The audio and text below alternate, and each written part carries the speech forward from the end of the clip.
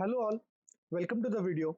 In this video, we are going to learn about different subroutines and different functions in Excel macros.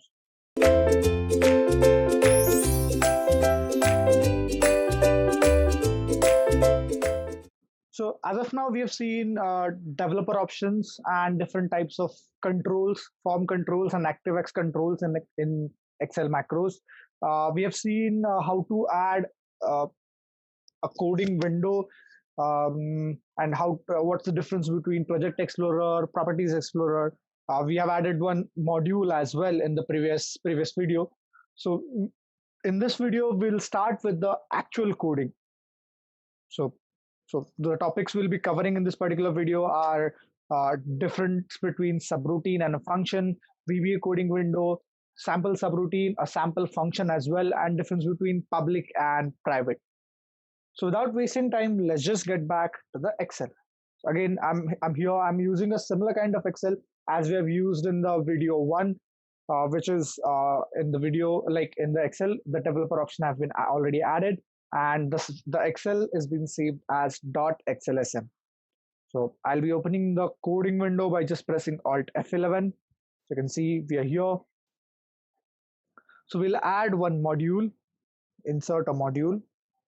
So as we have said, so this is the coding window, actual coding window. So the first topic.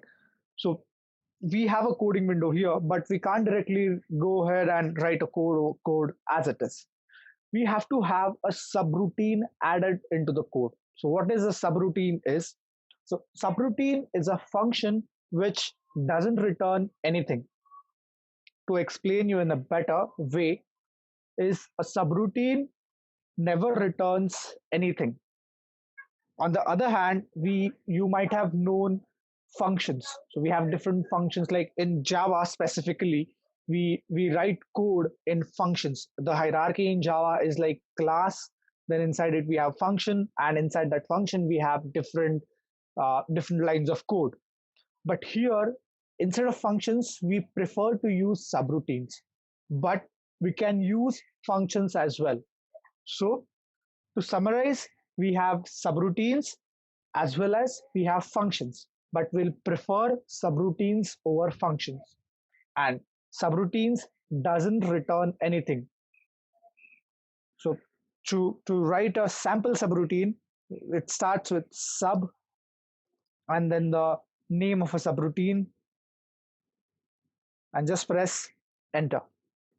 So you can see this have been turned out in blue, and then this is a name of a subroutine. Again, you can't have as a common nomenclature, you can't have space in a subroutine name. So this is how you create a subroutine. So inside this subroutine, if you write any code, that code will be executed. And functions. So how do we add a function? Is function. So this is how we add function. So it will be sub main and it will be function mains. So again, the same name won't be available, or the code won't allow us to have the same name. That's why I'm just having quite a little difference between the difference in the names. And it ends with ends up. This ends with end function. So this is how we add a subroutine, or this is how we add a function to it. So again, we can add a similar kind of subroutine in the sheet as well, as we've seen in the last video, the types of controls video. There we have seen we can also add a code in sheets as well, where we'll be adding or where will be which will be accessed by an ActiveX controls. So we can have similar kind of things as like you can add a subroutine over here as well. So this is how we use it. Okay. The last topic from this particular video is a difference between private and public. So public is like if we declare a variable as public, that particular variable can be used within like can be used in different subroutines, like in multiple subroutines. But if you declare a particular variable inside a subroutine, that particular variable will only be used in that subroutine only. So to explain you, so let me say, like, let's have multiple subroutines over here. Submain 2. So if we have a variable return as public, x as integer.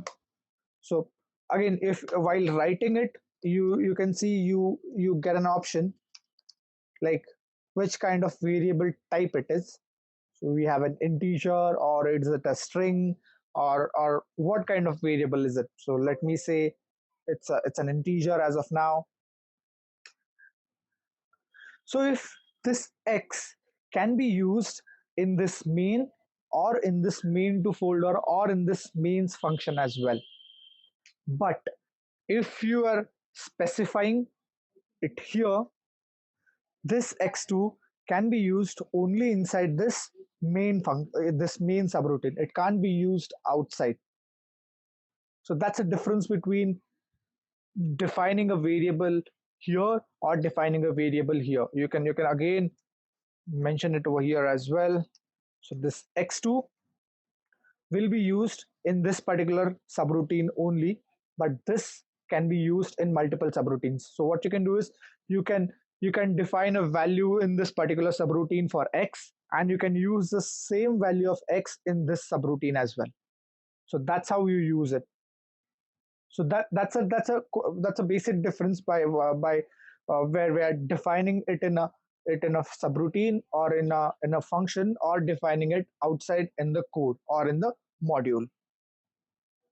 So that's all we have for this particular video.